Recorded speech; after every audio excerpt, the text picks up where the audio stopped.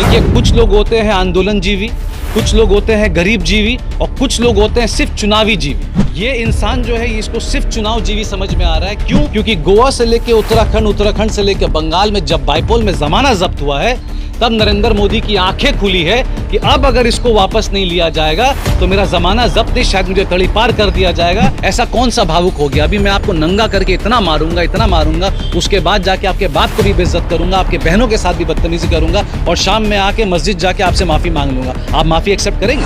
यही संसद में टीएमसी के नेता, यही संसद में कांग्रेस के नेता, यही संसद में आम आदमी पार्टी के नेता जब झगड़ा कर रहे थे तो कहा जा रहा था ये सब आतंकवादी है। तो आज आतंकवादी की बात आपने सुन ली, आपकी तपस्या भंग कैसे हो गई आज दिन में 11 बजे? नमस्कार, आप देख रहे हैं द डीके न्यूज़। मैं हूं आपके साथ मुजाहिद।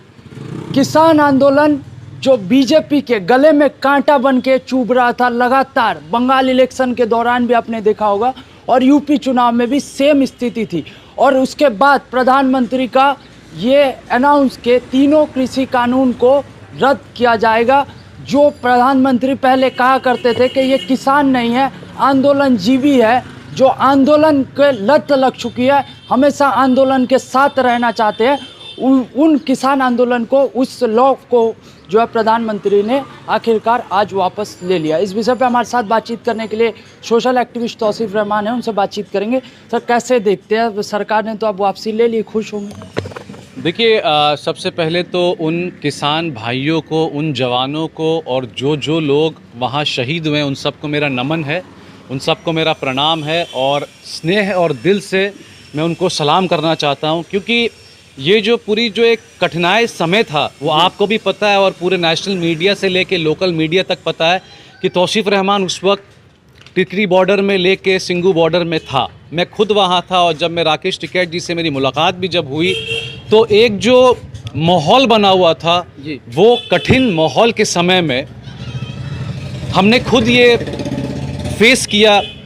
इतनी लाठी चली, इतनी गाली सुनी गई और जहाँ तक बताया गया कि वो जो सरदार भाई जो हमारे सिंगू बॉर्डर में थे उनको ये कहा गया कि आप खालिस्तान से हैं, आप हिंदुस्तान से नहीं हैं, आप खालिस्तानी हैं, आप टेरर ग्रुप से बिलोंग करते हैं, आप आतंकवादी से हैं, मिलिटेंट का पैसा लगा है, कई बाहर विदेशियों का पैसा लगा है, जो विदेश का पैसा दिया जा रहा है, पाकिस्तान का हाथ है इसमें।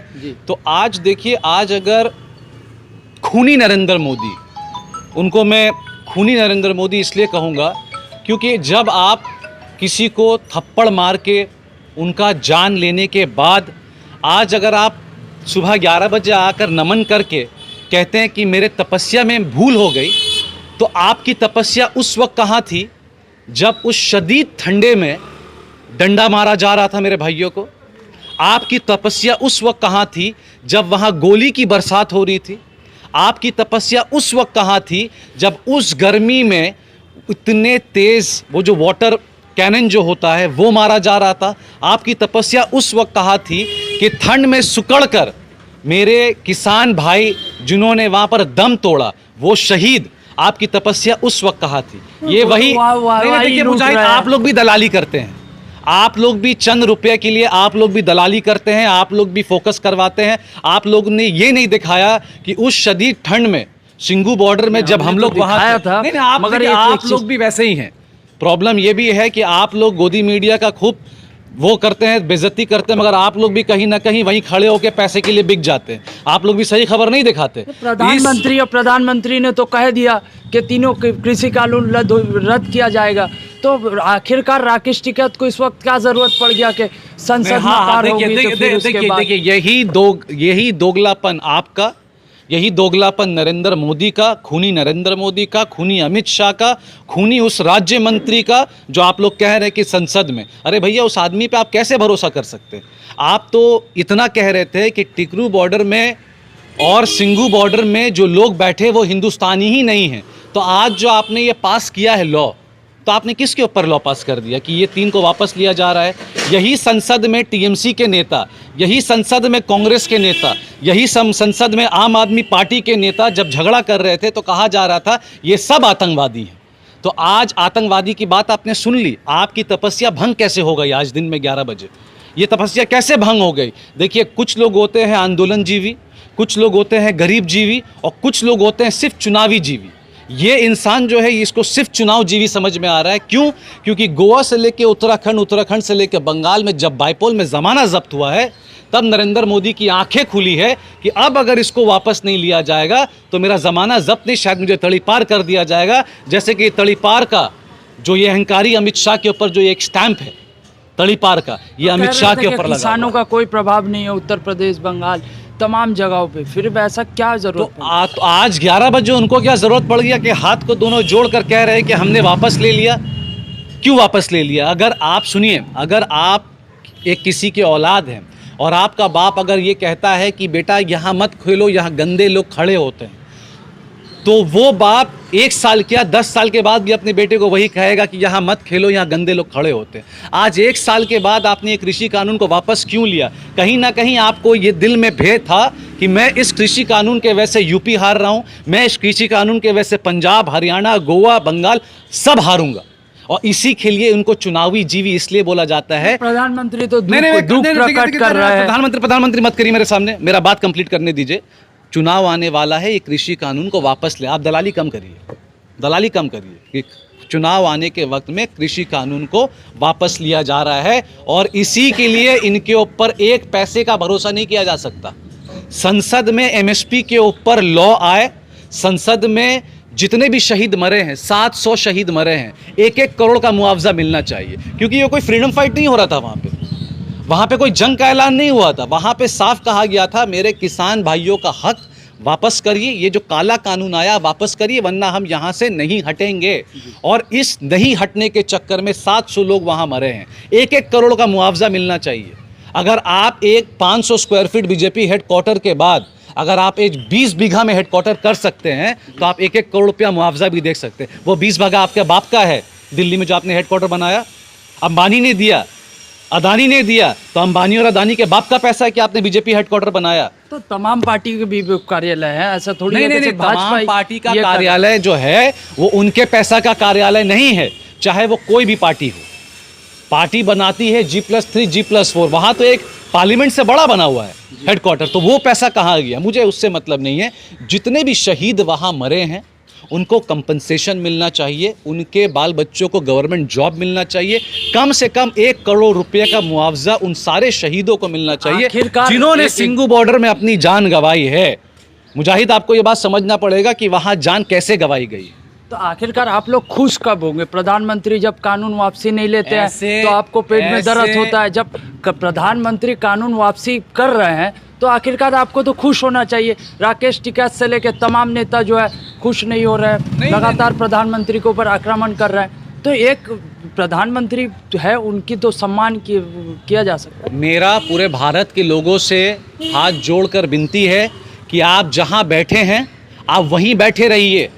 जब तक संसद चालू नहीं होता है नवंबर एंड में, जब संसद चालू हो जाएगा ये तीनों कृषि कानून को लीगली तौर पे वापस लिया जाएगा। एमएसपी पे डिस्कशन होगा, फार्मर्स के राइट के ऊपर डिस्कशन होगा, शहीदों के मुआवजे के ऊपर डिस्कशन होगा। मैं राकेश टिकैत जी को हाथ जोड़ के नमन करना चाहता हूँ, वापस से बधाई देना चाहता हूँ इसके लिए, और ये रिक्वेस्ट करना चाहता हूँ कि आप अभी भी सिंगू बॉर्डर से मत हटिए, आप सिंगू बॉर्डर में बने रहिए। नरेंद्र मोदी का ये देश उनका ख़रीदा हुआ नहीं है कि आज 700 लोगों को मारने के बाद, उस शदीद ठंडे में छोड़ने के बाद आज आपकी आंख खुली है कि आज हम कृषि कानून वापस ले रहे हैं। तो वहाँ पे कोई नौकर नहीं बैठा है कि आज आप 11 बजे सुबह आके आपने ये ऐलान कर दिया और वहाँ से सब चल बसे। वहाँ पर एक जंग चल रहा था, वहाँ पर एक मुहिम चल रहा था, वहाँ पे लोगों की आंसू, लोगों का पसीना, लोगों की जान, लोगों का काम, लोगों का नाम और लोगों का हर चीज़ चला जा चुका है। प्रधानमंत्री भी तो भावुक हो गए इस सारे बात। देखिए, वो झूठा एक मतलब मगरमच्छ के आंसू तो निकलते ही रहते हैं। ऐसा कौन सा भावुक हो गया? अभी मैं आपको नंगा करके इतना मारूंगा,